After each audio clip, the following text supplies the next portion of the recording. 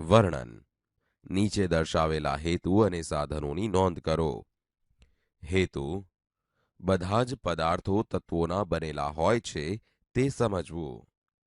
સાધનો: sulphur, carbon અને બિલોરી કાચ, હથોડી. પદ્ધતિ: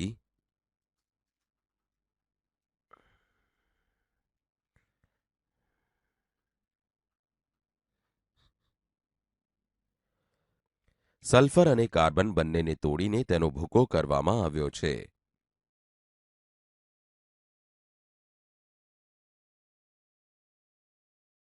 આપણે સલ્ફરના માત્ર નાના ભૂકાને જ જોઈ શકીએ છીએ, પરંતુ તેના અણુઓને જોઈ શકતા નથી.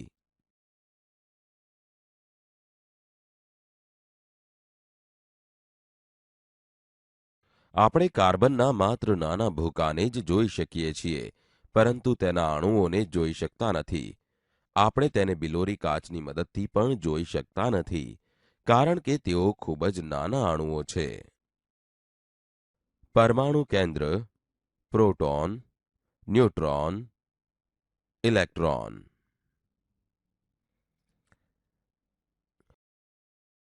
આ એટોમિક બંધારણ એટલે કે અણુરચના આપણા સૂર્યમંડળને મળતી આવે છે, જ્યાં સૂર્ય એ પરમાણુ કેન્દ્ર છે, ગ્રહો એ ઇલેક્ટ્રોન છે અને ગ્રહોની કક્ષાઓ એ તેના વીજભાર છે. વિદ્યાર્થી મિત્રો, હવે આપણે નિર્ણય લઈશું. આપણે જોયું કે તેઓ ખૂબ જ નાના પરમાણુઓ છે, તેથી આપણે તેને બિલોરી કાચની મદદથી પણ જોઈ શકતા નથી. તેમને જોવા માટે ઇલેક્ટ્રોનિક્સ માઇક્રોસ્કોપની જરૂર પડે છે. વિદ્યાર્થી મિત્રો, પ્રવૃત્તિ 2 માં તમારું સ્વાગત છે, જેનું નામ છે 20 તત્વો. વર્ણન: નીચે દર્શાવેલા હેતુ અને સાધનોની નોંધ કરો. હેતુ: આવર્ત કોષ્ટકના તત્વો સમજવા. પદ્ધતિ: આગળ વધવા માટે પીળા ઝબકતા રંગના બટન પર ક્લિક કરો. વાંચો, અવલોકન કરો અને સમજો.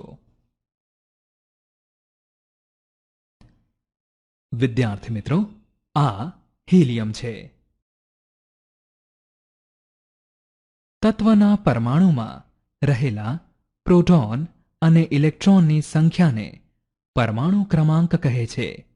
તે મુજબ હિલિયમનો પરમાણુ ક્રમાંક 2 છે.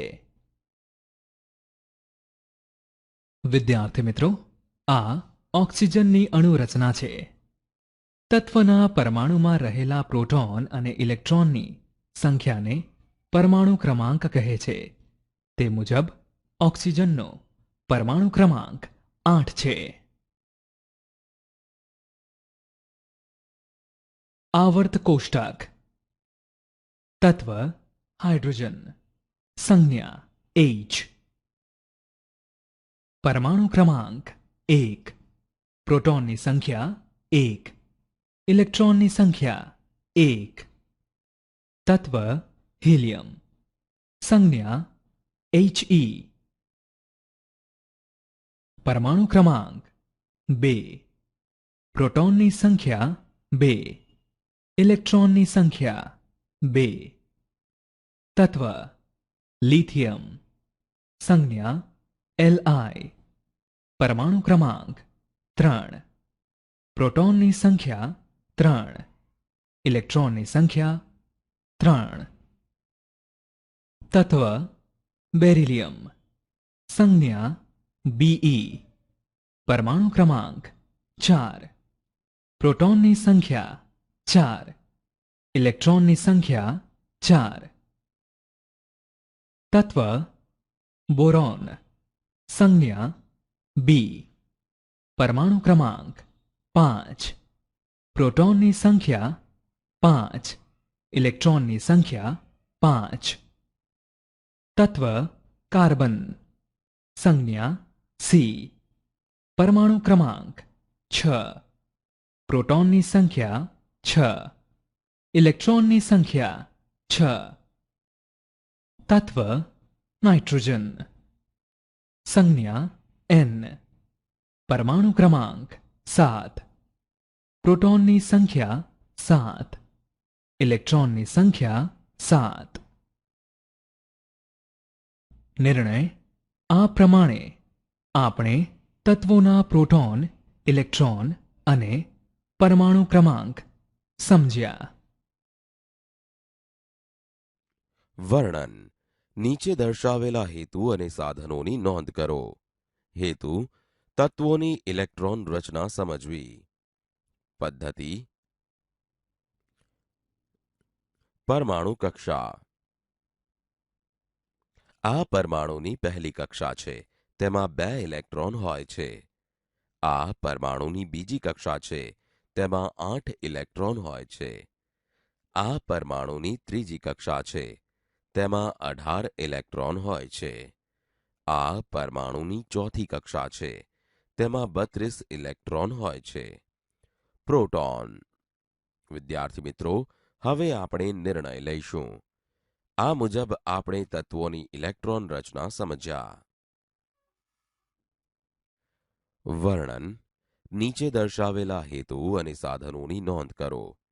હેતુ: આયનો વિશે સમજવું. પદ્ધતિ: Na.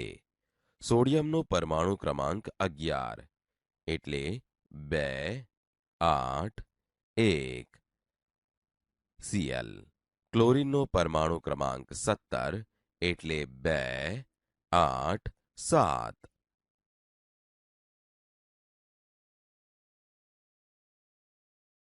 સોડિયમની સૌથી બહારની કક્ષામાં 1 ઇલેક્ટ્રોન હોય છે. કક્ષા પૂર્ણ કરવા માટે તે 1 ઇલેક્ટ્રોન ગુમાવવાની વૃત્તિ ધરાવે છે. પરંતુ આમ કરતા પરમાણુ વીજભારની દ્રષ્ટિએ તે તટસ્થ ન રહીને ધનભારિત બને છે. તેથી તેને સોડિયમનો ધન આયન એટલે કે Na+ કહેવામાં આવે છે.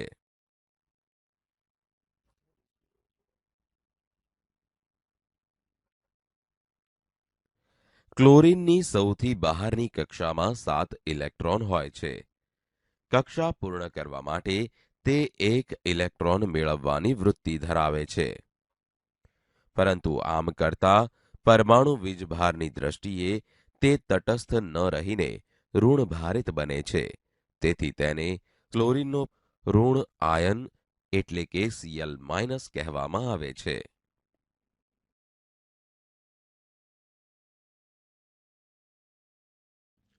ધન વીજભારિત આયન જેમ કે Na+, ઋણ વીજભારિત આયન જેમ કે Cl- તરફ આકર્ષિત થાય છે.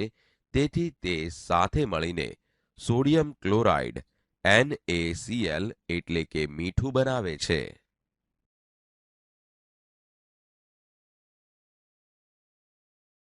હાઇડ્રોજન પરમાણુ. હાઇડ્રોજનના 2 પરમાણુ સાથે મળીને હાઇડ્રોજન અણુ બનાવે છે. તે તટસ્થતા મેળવવા માટે તેમની સૌથી બહારની કક્ષામાં 1 ઇલેક્ટ્રોનની ભાગીદારી કરે છે. H+H = H2. નાઇટ્રોજન પરમાણુ. નાઇટ્રોજનના 2 પરમાણુ સાથે મળીને 3 ઇલેક્ટ્રોનની ભાગીદારી કરી તટસ્થતા મેળવવા માટે તેમની સૌથી બહારની કક્ષામાં 8 ઇલેક્ટ્રોન મેળવે છે અને 1 નાઇટ્રોજન અણુ બનાવે છે. N+N = N2. વિદ્યાર્થી મિત્રો, હવે આપણે નિર્ણય લઈશું.